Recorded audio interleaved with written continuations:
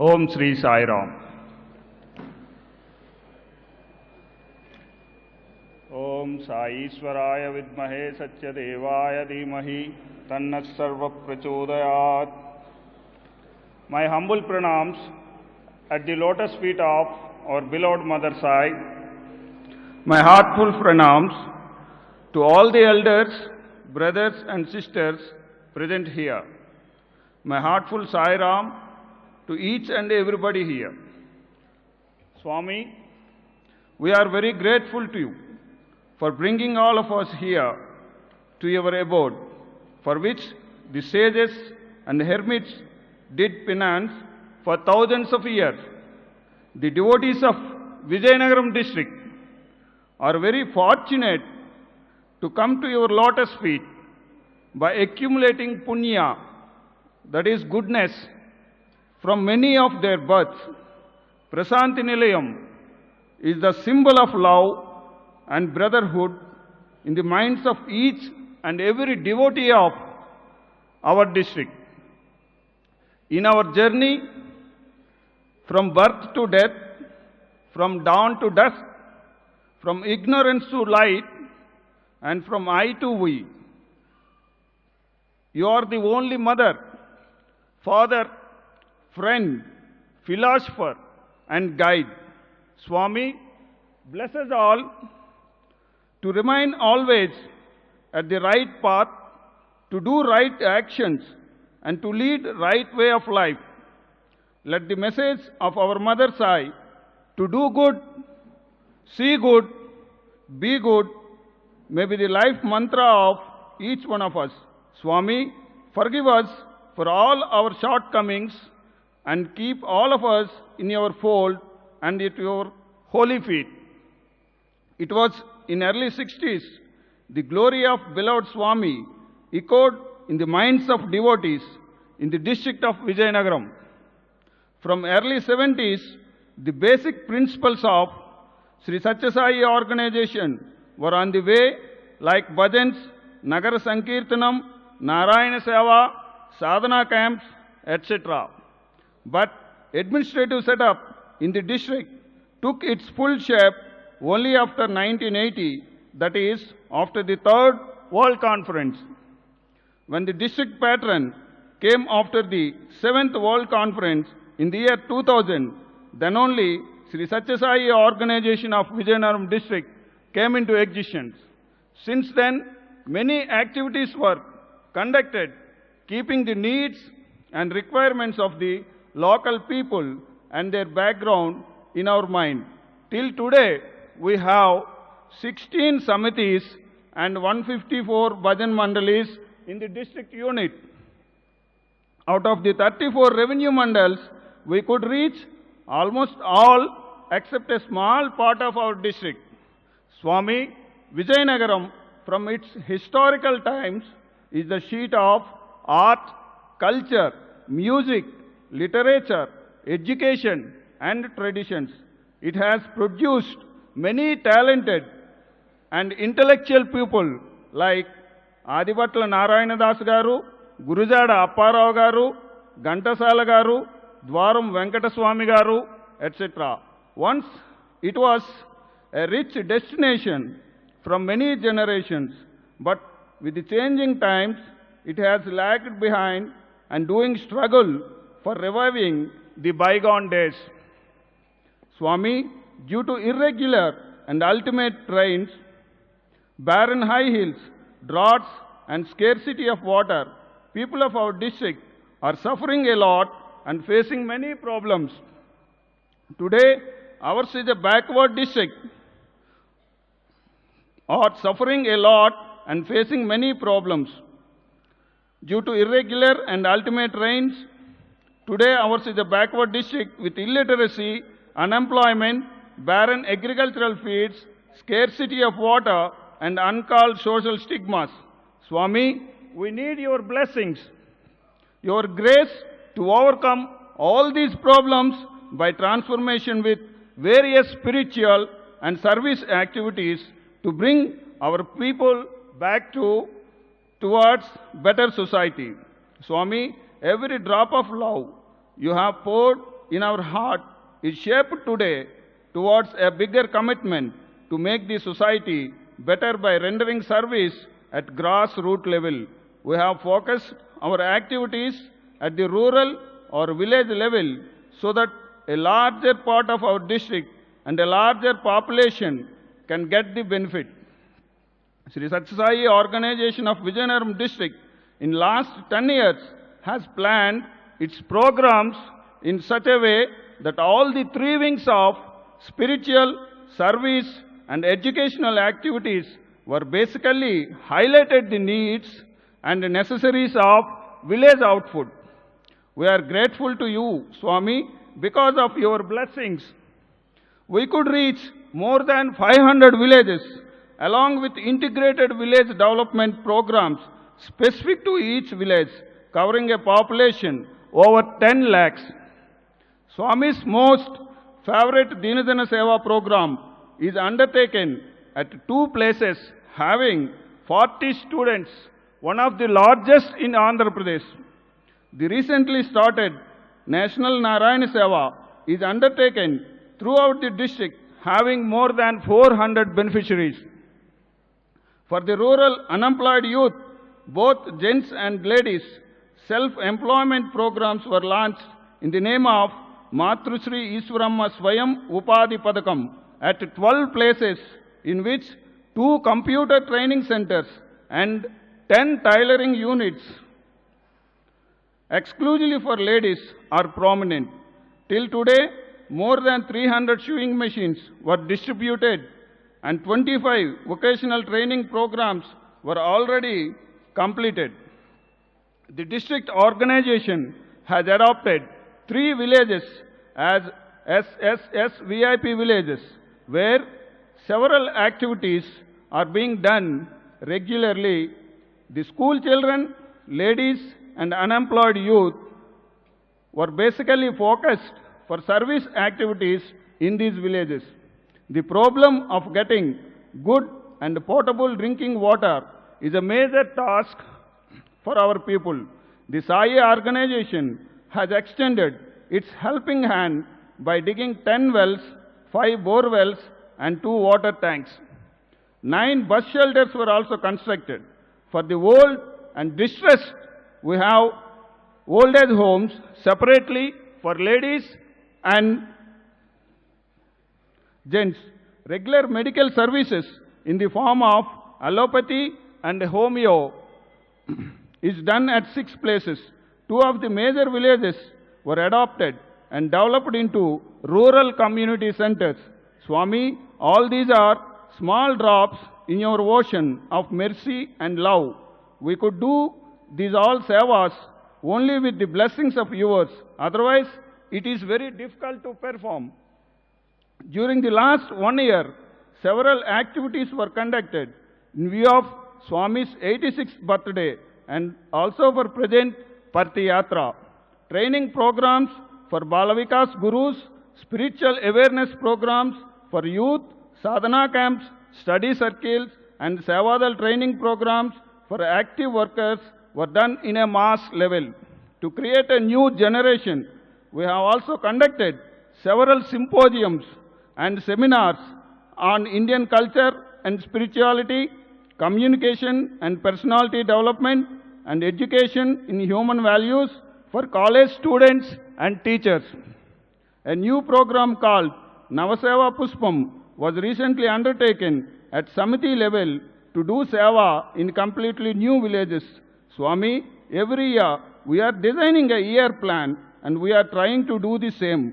But behind every program, you are the basic inspiration and you are our only role model. Swami, you are our Mata, Pita, Guru and God. Swami, you are our goal, our aim, our ultimate truth. You are the Sat, Chit and Ananda. Swami, ours is the youngest district with one of the highest number of villages in Sai fold.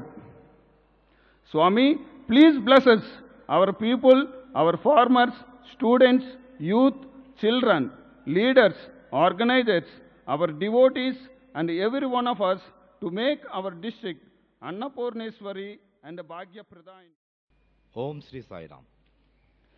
With humble pranams at the lotus feet of beloved Bhagwan, Sri Satya Sai Baba, the Balavika students, youth and devotees of Sri Satya Sai Seva Organization, Vijayanagaram district, are presenting a dance drama, Palla Seve Paramatma Seva, service in villages is service to God.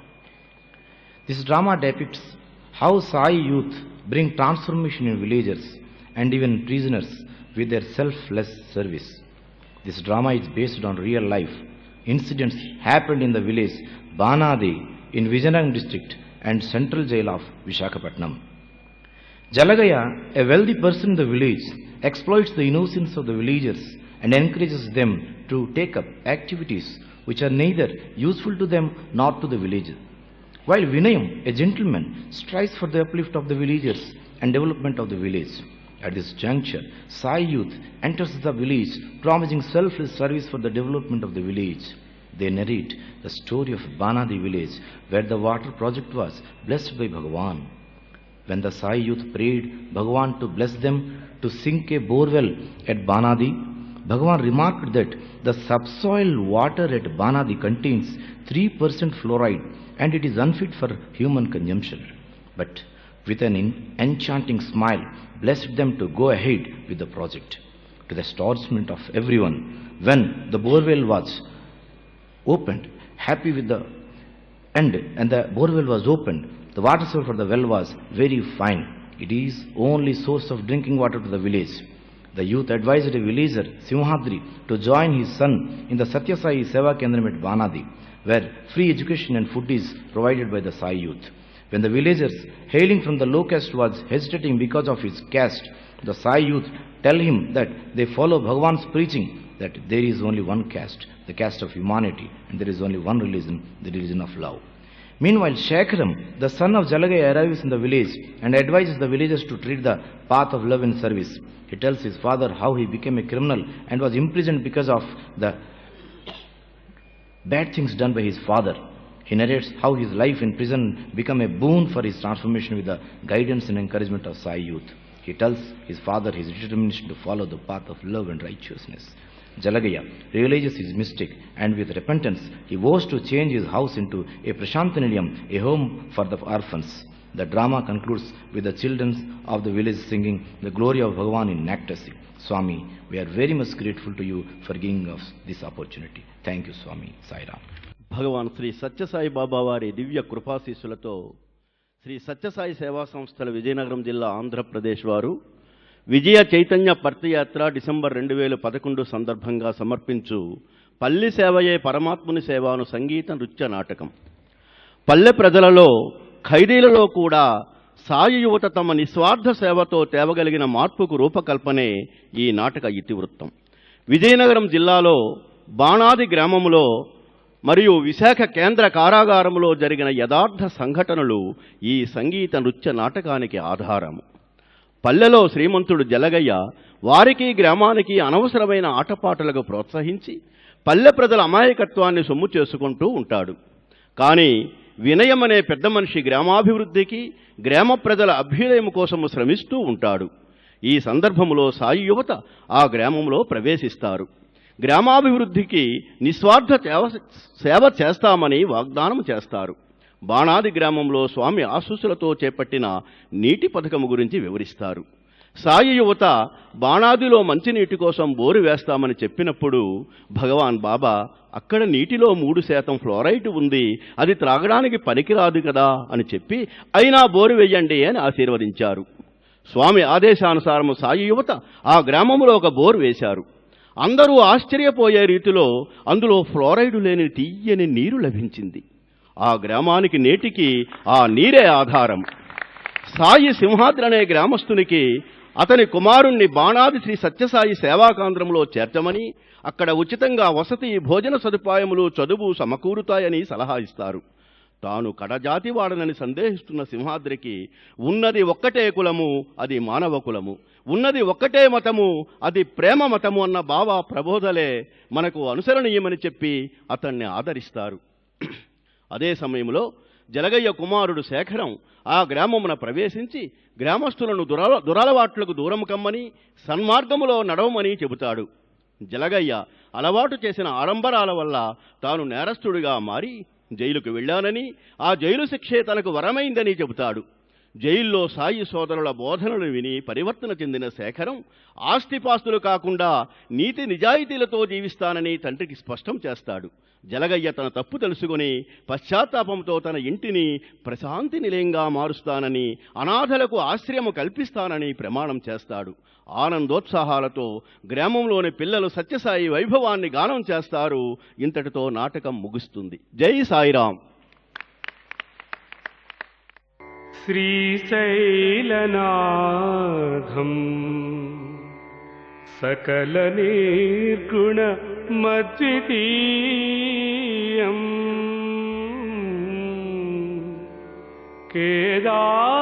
కేదారనాథం అపరాజిత మప్రమేయం శ్రీవైద్యనాథం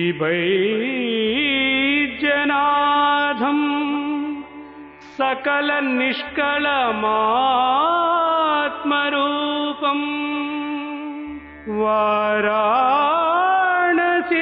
వారాణసీపురపతిం భజ విశ్వనాథం వారాణసీపురపతిం భజ విశ్వనాథం భజ విశ్వనాథం భజ విశ్వనాథం.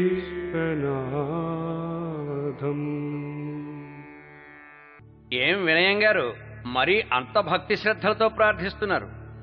దేవుడితో ఏదైనా అర్జెంటుగా పనిపడిందా? అవసరం ఉంటేనే దేవుణ్ణి ప్రార్థించడం నాకు అలవాట్లేదు.